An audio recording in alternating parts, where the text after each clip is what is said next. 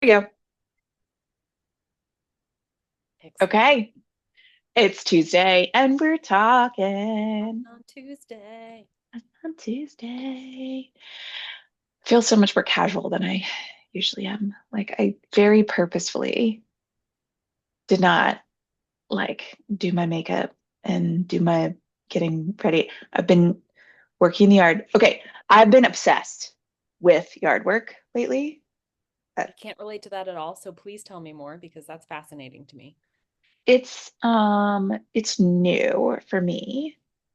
But I feel like I've been so happy that it's springtime Mm, and I've been really enjoying sitting out on my deck and just basking in the trees. And I've hit my millennial bird watching phase of okay. life. So I've got my bird app and I'm listening for the birds and I'm identifying them and I know all the trees in my yard and I've got my favorites and yeah I am 40 like this is I'm a trope. Yeah, I was um gonna say because I am too, and still can't uh, relate, but I love uh-huh, this for you. You thank could talk to you. my sisters all day, every day. Thank you. Thank you. Yeah.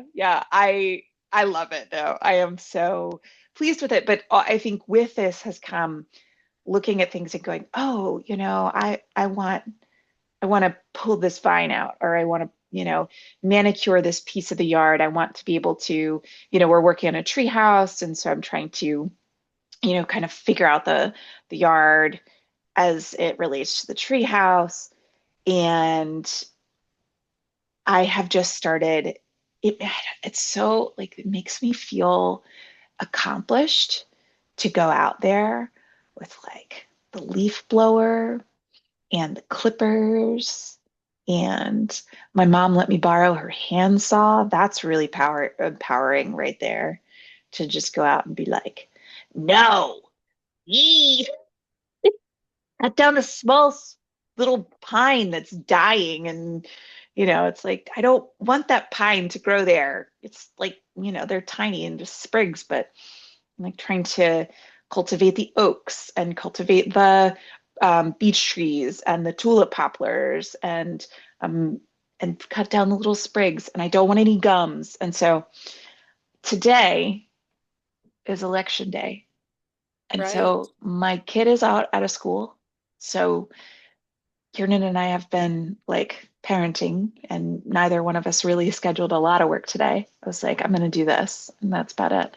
And otherwise, we've been out of in the yard, like, you know, cleaning out the woods, building a tree house, and I feel so good. And I was like, I could get dressed, like, and look nice for this, but then I'd feel bad going back out there afterwards, and I didn't want to feel bad about going out back out there and being like, yeah, let's do it again. So that's what I'm gonna do, and I feel like a trucker, but whatever. Cute trucker. I mean, I we could relate to all truckers as cute, but like, Yes, um, couldn't we just? well, there must be something in the water because I am taking this call from bed right now, which I know for a lot of people might be like oh, she's like working from bed. This is like a day off kind of thing. But for me, bed is where I like hone in and focus. If I need to just like spend 6 hours getting shit done, I will leave my laptop next to my bed when I go to sleep and then just like wake up. And when I'm ready to start working, I will put it in front of me. Sometimes I'll do it with like catching up on like paperwork things. I'll just put like a stack of papers to my left. And I just like pick up the top one. And I'm like, okay, here's what I need to do to handle this. Here's what I need to do to handle this. And my business partner for Restaurant Management 201 and I are um, finishing the first draft of the manuscript for our book.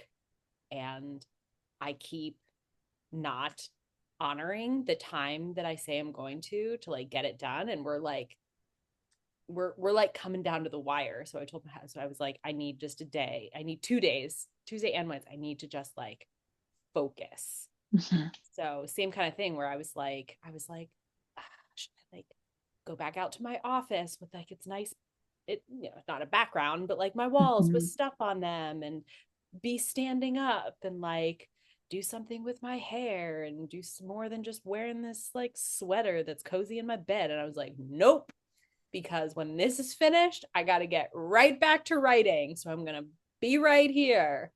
Yeah. Yeah. I love that it's your bed for you. I can't work in bed. But I understand what you mean. It's like, no, if you're in the zone and you got to do it, it's like it has to be the circumstances have to be right, Yeah. you know. Yeah. Oh, And I do, and yeah, no, go ahead. I was just gonna say I do so many things from my office that like my brain jumps to so many different things. Oh, I could be doing this, I could be doing this. But Hmm. like when I'm in bed, it's just like, no, this is what I'm doing right now. Hmm. Hmm. Yeah. Yeah. I mean, there is something about finding that finding the flow and like relating to yourself as like today I will be doing this and this is what needs to get done. This is what's in integrity with me right now, what I want, what I need, what I said I would do. And so I'm gonna give myself 2 days in bed to do this thing, or Yeah. I'm gonna give myself the day outside and I'm gonna clean up the yard. And oh, I will say though, I found that I knew that I was allergic to tree pollen minorly. It's a cedar tree that has definitely gotten me, and we're like cleaning it up. So I'm doing a lot of like putting cedar branches in a wheelbarrow and taking them, and I'm just like, this is still good. I am so accomplished right now. But and I think that, for me at least, I didn't used to be this way. I liked things to be nice and pretty, but I didn't really want to do yard work. And so, and the same thing with the birds. When I was young, very young, a kid, my family friend of ours signed me up for like some sort of birding society. I don't know, because my name's Raven. Okay. Yeah, yeah, Nice. It's yeah. clever. Uh-huh. Um, and I had no interest in, I mean, it was very young, but it was like whatever about birds. And it's been such a, I don't know, it's been such a new hobby. And it's interesting that it's like, it is a millennial trope that like all of, Right. like so many of us have birding apps and are doing this. And I really haven't looked into why. But there is something about the birds and embracing that this feels like what I need right now and what I Mm, want to do. And so I'm just like, yeah, let's do the yard while I feel like I can and want to. Um, and I think that that's the case sometimes for me in work too. It's like when I'm in the zone to work, let's sit down and do it, make it all happen because like I'm feeling that way now, and not interrupting the flow. yeah. Yeah, it's such a both and I think because we've talked so much about like, hey, sometimes you got to do things even though you don't want to. And like what is that fine line between like discerning like, hey, like this isn't for me right now and that's why I don't want to, or like, hey, like sometimes the habits suck. Sometimes discipline sucks, and in order Mhm.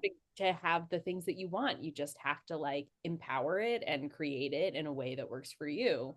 Um, so yeah, but saying that doesn't mean that like there isn't like a flip side where it's like, oh well, like you know just because you feel motivated now, you're not always going to feel motivated like that. So don't rely on this. It's like, but you can still use it. Mhm. Mhm. I love how you bring up discipline. For the entirety of last year, I had this post-it note up that said, create energy through discipline.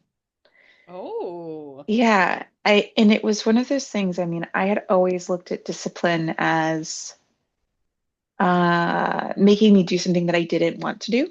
Hmm. And I reconstructed it for myself to say, yeah, you know what? I do want this. And some of these things are energizing for me. And so if I have the discipline to sit down and get this done or take care of the yard or whatever, if I employ discipline in these practices that actually serve my bigger goals, that creates energy for me. Just even today, it's like it's a lot of work, but I notice that I am more mentally energized right now from going out there and doing it. I want to, but it is something that I have a larger goal to, to design and create the yard that I want. And so that means I have to get out there. And if I continue to have myself go, that moves that along. Same thing with like, I'm going to yoga twice a week. I love it. But like sometimes it's hard to go. It's hard to get my butt out the door and, make that happen. But I know that I always feel better when I go. And that is something that I feel like many of us have said many, many times. I know I feel better if I go, Yeah. but right? And it's like empower that. And that's the discipline that I'm talking about. That's like, yes, you will. And so discipline, to get out the door or to do the thing that will bring you the energy. Yeah. It's like I don't want to do this, but I want to have done this. That's so Mm-hmm. many things. So many things. So many things. Yeah.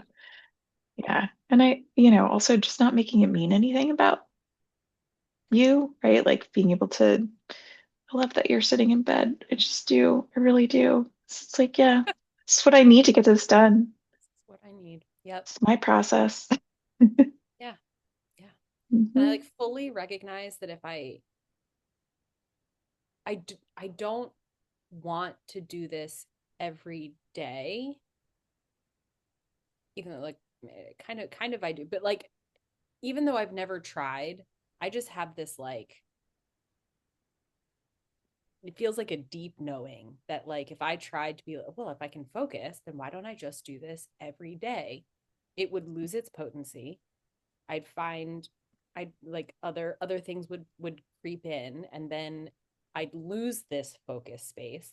And then I also just know that it's like not good for me. Like my spine is like my chiropractor and my PT are both gonna be like, "What the fuck were you doing this week? What? Stop it! What this Hmm. is bad." It's just not. I when I am in my office, I'm on my walking pad. I can get steps. I'm more active. I'm standing. It's better for my body. It's better um for my energy. So yeah, so I'm like fully aware that this is valuable in the way that I know it's valuable, and it's not something that I'm trying to like I don't know turn into like a well then it has to be like that all the time. It's like no, you can just like trust that you know when to use certain things and when not to, and Hmm. Hmm. Yeah, you're very tuned in. that's I chose a word for the year, which is normally not my jam, but Mm-hmm. yeah, it's discernment. Like I've Mm-hmm. spent the last couple of years learning to tune in and learning to listen. And now that the actual like tool I feel like is developed, I'm like, okay, like I'm to really put this to use. Like, what is for me? What is not for me? Hmm. It's a very nuanced practice. Um, I just thinking I had a discovery call the other day. Um, and I can't remember exactly what the question was to me, but it was something about like, how do you view your role as a coach?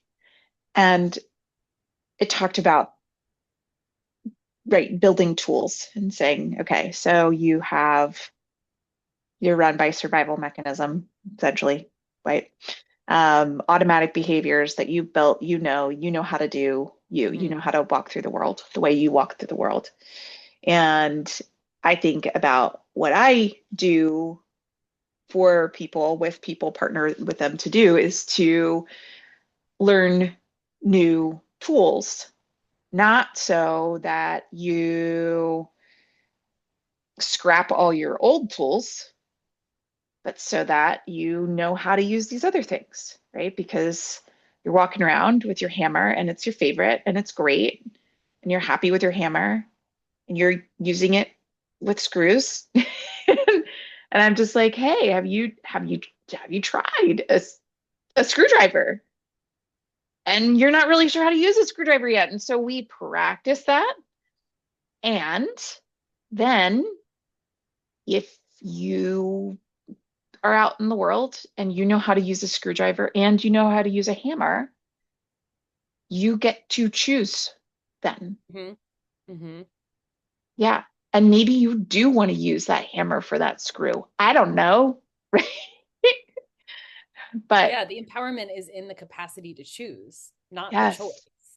yes, yes, absolutely. So you think about that with when you said, when you're talking about discernment, right? Because it does come down to, oh, well, I do have this awareness. But that doesn't mean that I have to choose it. Yeah, right. Yeah. Yeah. It means that you have an awareness. Yep. Hmm. Yeah. And in fact, I'd say that oftentimes um people who are like young in personal development work have a tendency to view the end goal as like I like I never like I never use a hammer on a screw anymore. Like I always make the most optimal essence based, like never have a survival mechanism response again choice. And it's like, oh, that sounds like a lot of pressure. Like this, that we just take this like perfectionism, right, wrong, all or nothing Hmm. context and transfer it to this idea of empowerment. When Hmm. really, like you said, like it's just about knowing you have the choice and making the choice that feels good to you, and then being with the consequences. Yeah. Mm. Hmm. You know, that's another one. It's the word consequences. I feel like I said that I had to sort of redefine and um, form a new relationship. I had to form a new relationship with the word discipline. Mm-hmm, mm-hmm. Consequences is another word to redefine a relationship with. Um, and I know in my head that consequences are good and bad, and it's just a reaction, right? It's just what happens when you do X. There are consequences, good and bad.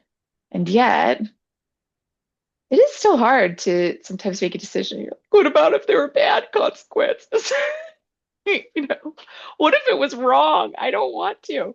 Um, and I don't know. I'm wondering if there's something in there for me to, I don't know, do something similar, like really look at that this year. Oh, interesting. Yeah, that's definitely something that I think I've come a long way with, is like people say consequences to me and it's just so neutral. It's just so flat because like of course like everything Hmm. has consequences, and some of them are positive and some of Hmm. them are negative, and for one person a positive consequence might be another person's negative consequence. Like Hmm. Hmm. we just we can't know. um and I do, I mean, as you were talking I was like, yeah, because we grew up in a world in which consequence was a threat. Or I shouldn't say we, because I don't know. I grew up in a world where consequence was a threat. There are going to be, if you do that there will be consequences. Hmm. Nobody Hmm. said there will be negative consequences that I am creating. It was just the Hmm. definition of the word consequences was inherently negative impact. Negative. Yeah. Hmm. Hmm. So just Absolutely. that phrase, there will be consequences. It's just like, yeah, Yeah, that's there life. will. That's life. Like, yes. Yes, there will be.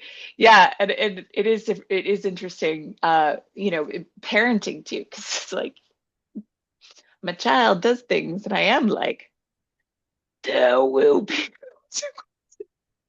And I don't know that I've ever said it exactly that way, especially with the monster voice. Probably not. Um, but there definitely have been moments that it's like I need you to know that this is serious, or this is, Hmm. right, that I do not want you to do that, and something not great will happen. You will have something taken away. You will have, or you're gonna fall and hurt yourself, and Yeah. and then we're all suffering a consequence, a negative consequence, but all of it is still true, and that, yeah, and just the relationship to trying something, going out, making a choice, and perhaps a risky choice or something that is outside of your comfort zone, um, and then being with the consequences. It not like being not necessarily being with the negative consequences, but being with the adventure of it, and Mm. making a new choice from whatever Yeah. does happen. Whatever. Yeah. Yeah. Yeah. Yeah. Yeah. And speaking of parenting, I saw I, I, I think it was just like a post or something. I don't remember where it was, but it stuck with me. This was years ago that I read this, and I thought it was really fascinating. Um, it was training parents to stop telling their kids like, don't do that, be careful, watch out, because all that does is instill fear in the kid. Mm-hmm. Oh, I need to be afraid before I put my foot down, because what if there's a negative consequence? And instead it encouraged parents um, to train their kids to be curious and observant and aware, like, hey, what do you think might happen if you put your foot on that slippery rock?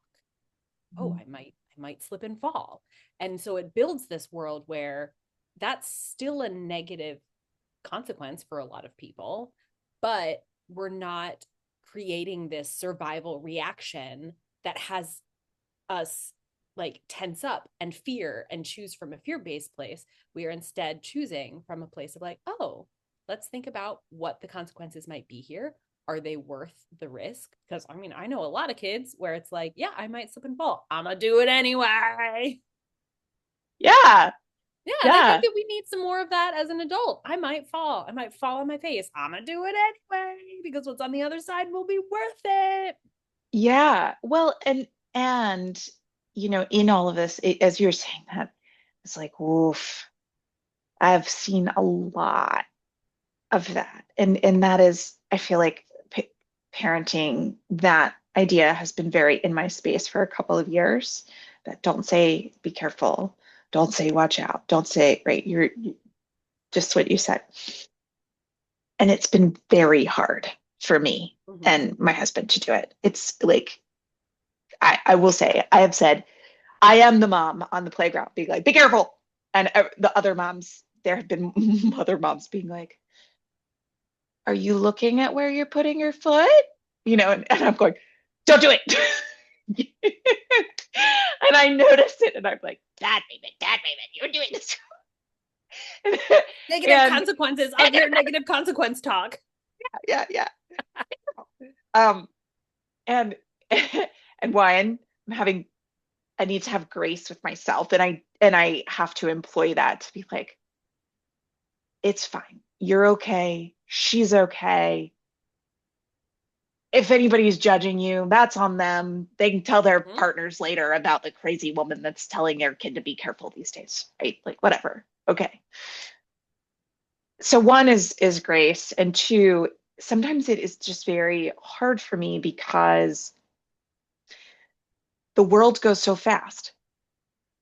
And I think that the idea of slowing down to look at where you're putting your foot or asking, does this feel safe or does this feel sturdy right now? Or, and any of that, right? Uh, I've noticed that kids, my kid, she doesn't slow down a lot. So me yelling, look where you're putting your foot. It's like not, she's gonna have stepped through it at that point. And Mm-hmm. so the quickest thing is for me to say, stop or be careful, you know, rather than trying to slow her down. And I think that that's something that I can employ more in me too, of hey, what if we slow this down and I don't have to make a decision right now? And I don't have to, I don't need to run. I can walk and look and, pay more attention. And I think what I notice is that when I am not paying attention, that is when I tend to get hurt. I mean, physically, definitely.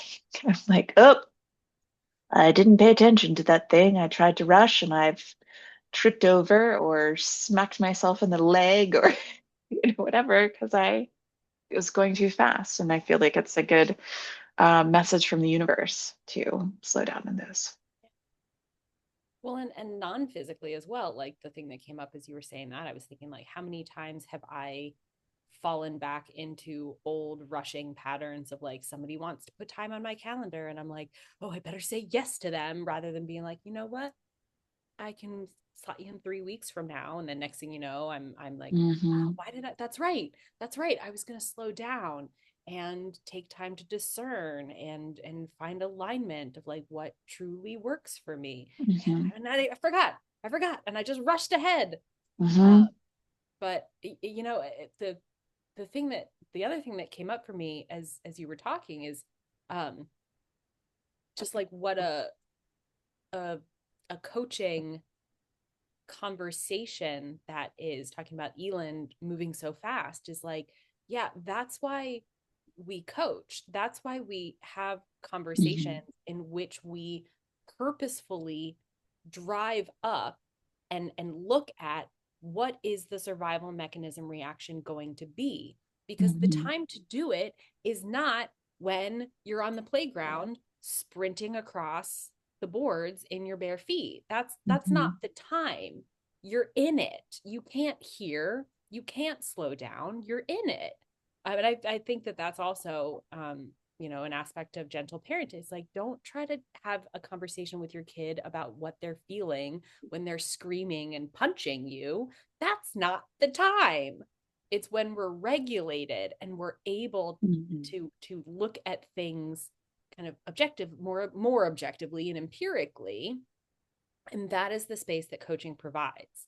Like, okay, so you want to have a better relationship with your boss, but every single time you get in the room, this feeling gets driven up, and you have a feeling in your chest, and it makes your throat kind of close up a little bit and your voice gets really small, and next thing you know you're agreeing to do something that you know isn't part of your job description and you're doing it again. Okay, well, like, that's the running across the boards. Yeah. And in the coaching conversation, we can talk about what happens in a way that Hmm. drives it up, that lets it be like, okay, this is what's happening and how this is happening, and the choice you make from that place. Oh, this is a place where you use a hammer on a screw and you can't stop using the hammer. Okay, well, in this space, let's talk about what it would look like to put that hammer down and pick up a screwdriver. And that is Hmm. the slowing down of like, you have to be able to slow enough to be like, oh, I'm holding the hammer. I'm choosing to put the hammer down. I'm choosing to pick up the screwdriver, and putting in place like, okay, what practices do you need to create for yourself in order to be able to practice putting down the hammer, picking up the screwdriver? And it might be outside of your boss's office for four It weeks. probably It is probably will outside. be. Yeah. Yeah. But Hmm. eventually, one day, you're going to be standing in your boss's office and they're going to say something, and you're going to notice yourself picking up that screwdriver and being like, I'm so glad we talked about it in the coaching conversation. Created Mhm. practices that I took to other situations outside of this, very confronting Mhm. situation, because now that muscle is strong enough that I can use it here too. Mhm. And so much of that is having the space to hear yourself think and to actually process and slow it way down. Um, Part of my the MCC process for me right now is like is really slowing it down and allowing utilizing the silence, not just allowing it, but utilizing it. And Ooh, cool distinction. that has been really cool to play with. And I have definitely had clients be like, what have you got for me? Like they will stop and just be like, your turn, Raven. I had one client say, okay, go. And and it's actually it's been really cool to distinguish with them what's happening there. What if we did give ourselves space? How come you don't? You know, and I've gotten a lot of feedback actually from slowing it way down that clients are like, wow, I this was a lot harder because I Mm. had to go to places that I don't normally go to and that I used to save them from having to go there because I would pop in and, give them something or ask them another question. And now they have to sit with it and they are coming up with such amazing, brilliant insights about themselves and knowings about themselves just from like slowing it way down and allowing it to drop in. And it's cool. So cool. Yeah. Yeah. Nice work. Thank you. Thanks so much. It's been really fun. All right. I think we've probably chatted for I don't even know when we started this, so I I don't either. didn't I look. didn't look, and I realized I didn't But look. I do have a question though before we wrap. yeah. And this isn't a coaching session, so we don't have to go there. But you like said that maybe there's something for you around like looking at that relationship to consequences and something for you to take on maybe for the year. And Mm. I was like, yeah, cool. And we brushed right past it and kept But talking. So, what would in you like to service of declare? breaking the silence, Yeah, anything you see there? the thing that's coming up for me around it is more of just digging in, like with as a curious question. I'm curious for myself. Like there feels like there was something that lit up when we were talking about it. And I feel like I know I know some, consciously that there are positive and negative consequences and there and that I sort of um have some facility with that.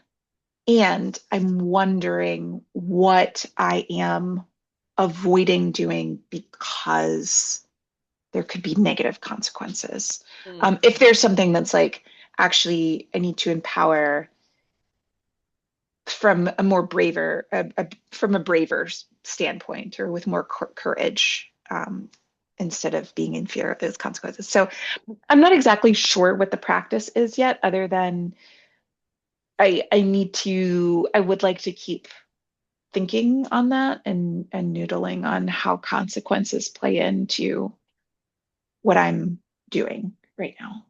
cool. Yeah. Thanks for asking. Welcome. Yeah.